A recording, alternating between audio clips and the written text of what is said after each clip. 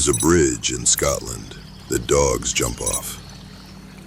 Not one dog, not a few. Since the 1950s, it is estimated that over 600 dogs have jumped from Overtoun Bridge in the village of Milton, near Dumbarton, on the west coast of Scotland. The bridge was built in 1895. It is made of rough-faced ashlar stone. It spans a steep-sided ravine called Overtoun Burn. It is 50 feet from the top of the parapet to the rocks below. The drop is not survivable for most dogs. At least 50 have died.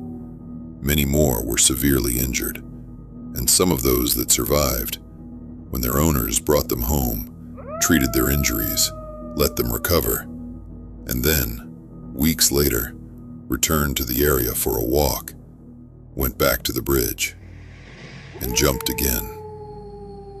The specific spot on the bridge where dogs jump has been consistent for 7 decades. Between the last 2 parapets on the right-hand side of the bridge, always the same side, always the same section, as if something in that precise location is drawing them over.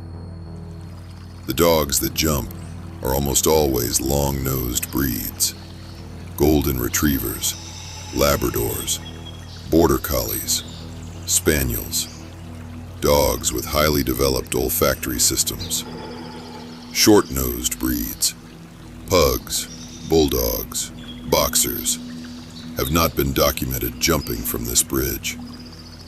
The incidents almost always occur on dry, sunny days, not overcast days, not rainy days, not the cold, gray days that Scotland has more of than almost any other kind.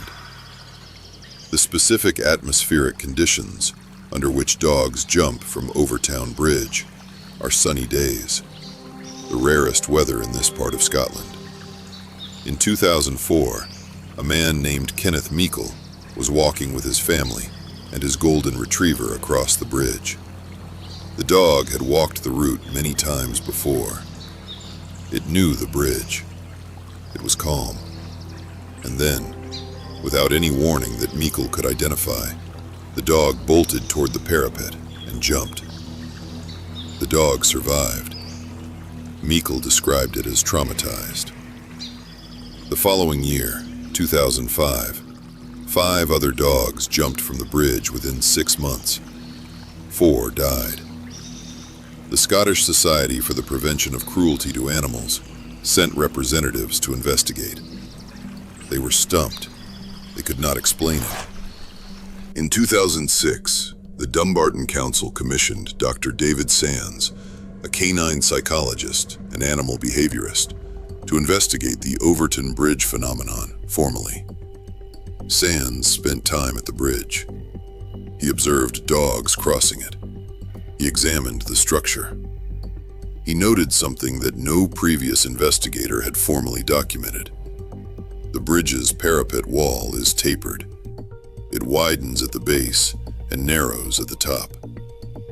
A dog standing on its hind legs at the wall and leaning forward cannot see the drop.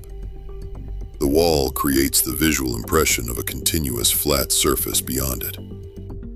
In his own words, the dogs have a low-level perspective.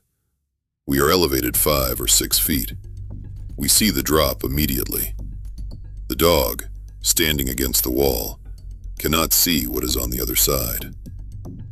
But the structural explanation alone does not account for the consistency of the jumping spot, the breed specificity, or why dogs move toward the parapet in the first place. Sands proposed a second factor: scent.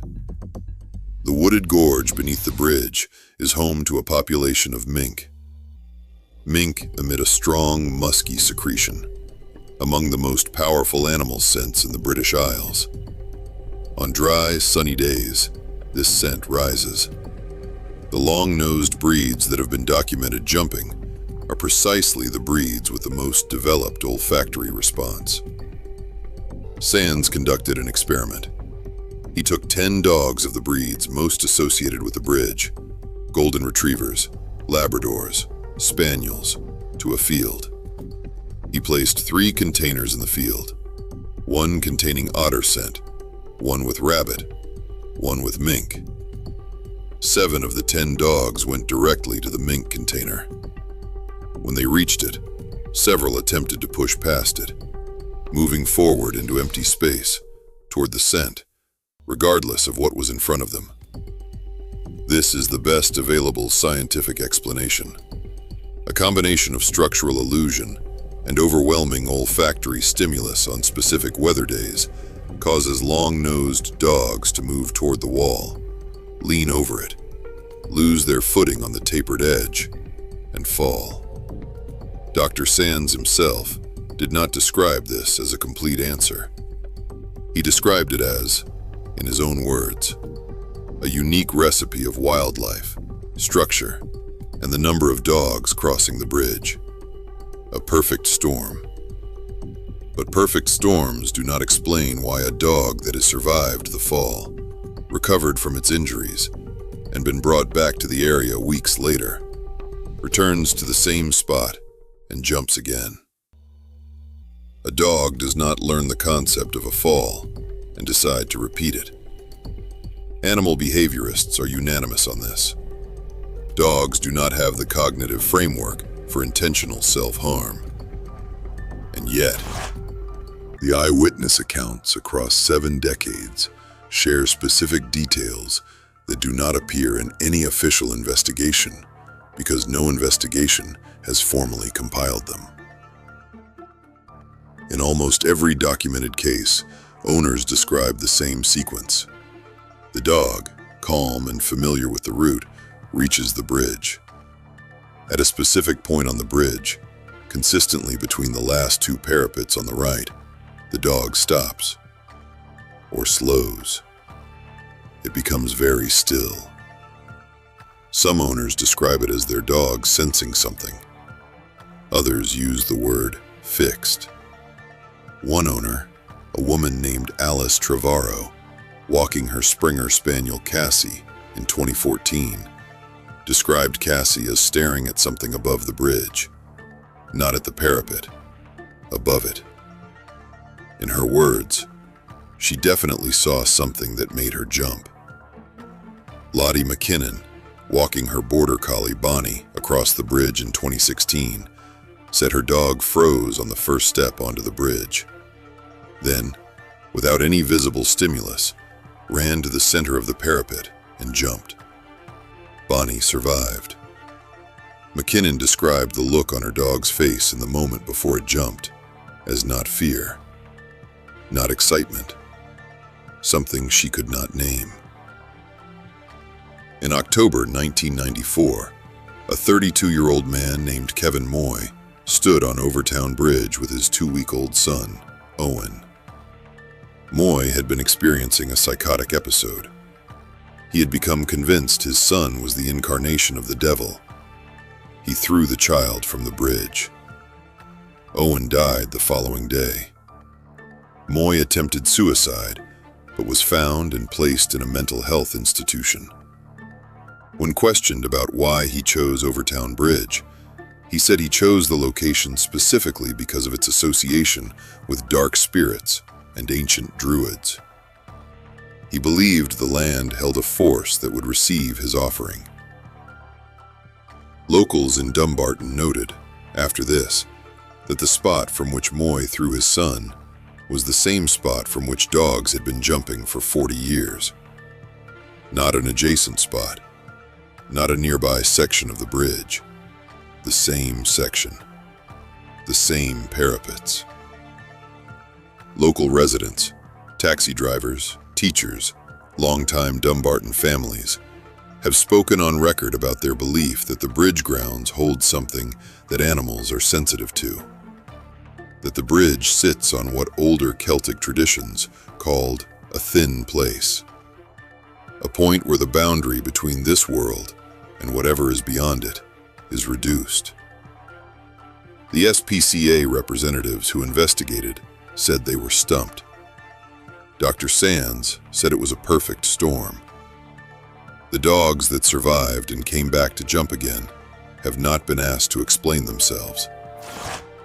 The bridge was commissioned by Lord Overtoun, John Campbell White, the first Baron Overtoun, as access to Overtoun House, the manor on the estate. Lord Overtoun was a philanthropist, a public Christian, a man who funded churches, charitable organizations, and public works across Scotland. He was also the owner of a chemical manufacturing plant in Rutherglen, near Glasgow. The conditions in his factory were documented in an 1899 report. Workers were exposed to toxic chromium compounds daily. Safety regulations were minimal and largely ignored. The men who worked there were known locally as White's Dead Men, a name they carried before they died. Overtoun was never held accountable. He continued operations for years while the damage accumulated quietly. He died in 1908. His son died the same year. His widow remained alone in Overtoun House.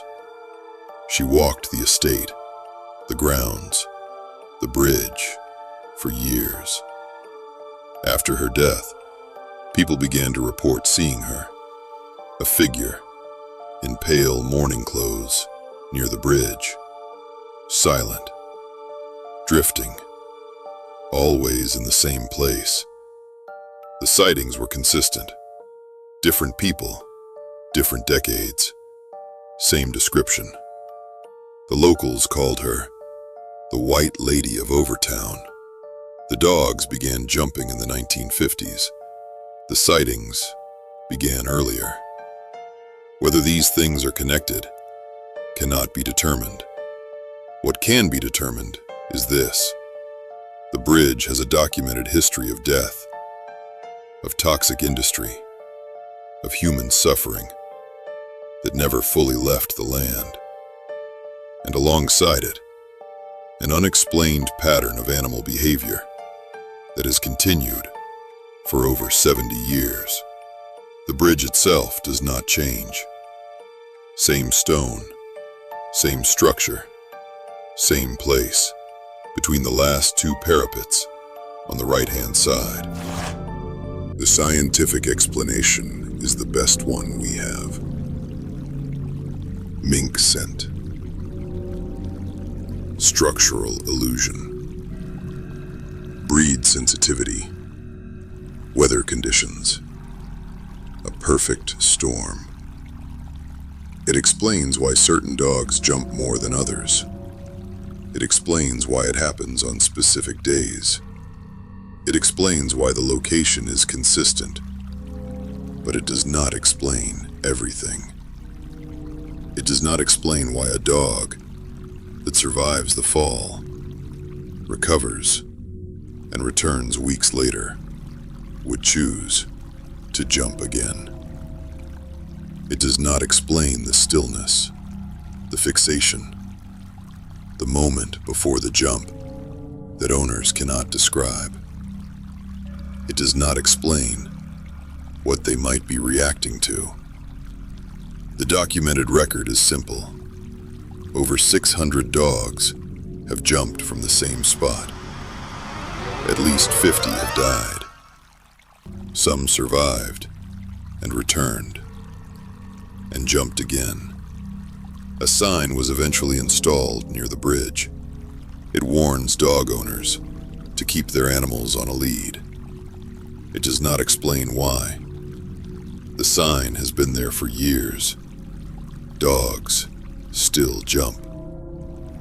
One owner said, "I don't know what my dog saw, but I didn't want to find out if it was still there."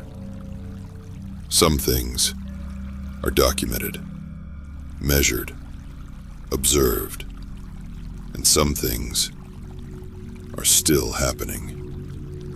This was Dark Pages.